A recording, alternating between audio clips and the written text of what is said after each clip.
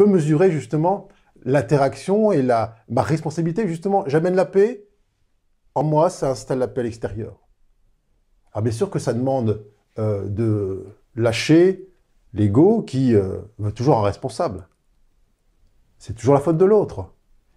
Si je suis mal dans ce monde, c'est parce qu'il y a la crise, il y a de la violence à l'extérieur, parce que les gouvernants ne sont pas à la hauteur.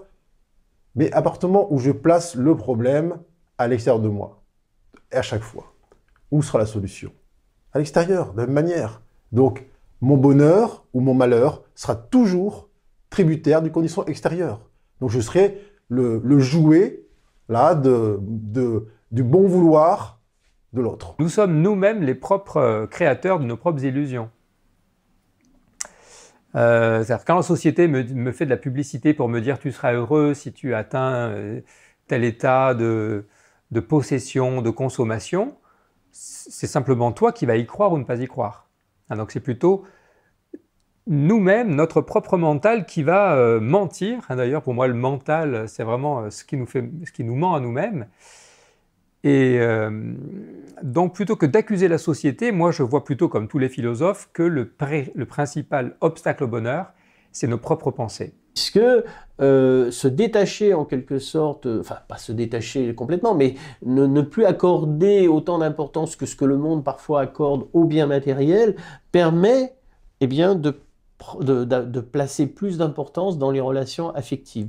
On sait, il y a des tas de travaux qui ont été faits, lorsqu'on mène des enquêtes et on demande, enfin, on essaye d'évaluer en quelque sorte le degré d'importance que les gens accordent aux biens matériels. Et on sait que plus on accorde d'importance aux biens matériels, moins on est heureux.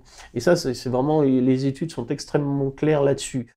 C'est à partir du moment où il y a ce principe où il faut consommer pour que d'abord l'État s'en sorte, où il faut consommer pour que les entreprises s'en sortent, et il faut consommer pour qu'on soit bien, mais forcément on arrive dans une impasse où on ne peut jamais être heureux.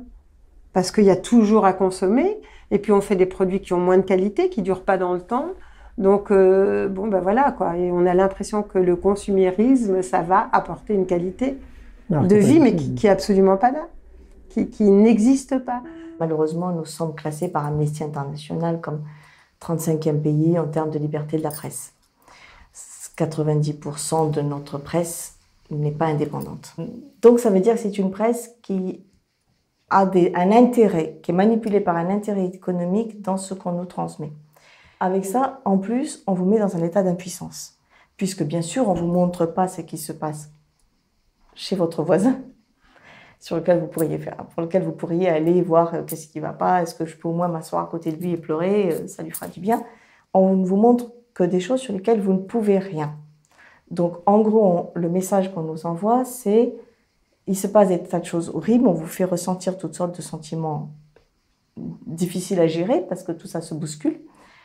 Mais surtout, vous ne pouvez rien faire, puisque c'est quelque chose sur lequel vous ne pouvez pas agir. Et ça, je pense que c'est peut-être pessimiste de ma part, mais je pense que ce n'est pas innocent. Et il faut le savoir.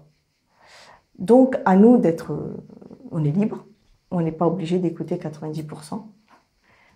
Tout est une question de choix. Les médias vous disent qui aimer, qui détester, qui croire, de qui avoir peur, quoi penser, quoi ne pas penser. Faites des recherches, informez-vous, prenez un peu de recul sur les différentes informations quotidiennes qui sont véhiculées. Regardez bien, on parle de mort, de guerre, d'attentats, de catastrophes climatiques, de serial killers, d'accidents. Force est de constater que ce ne sont que des informations négatives.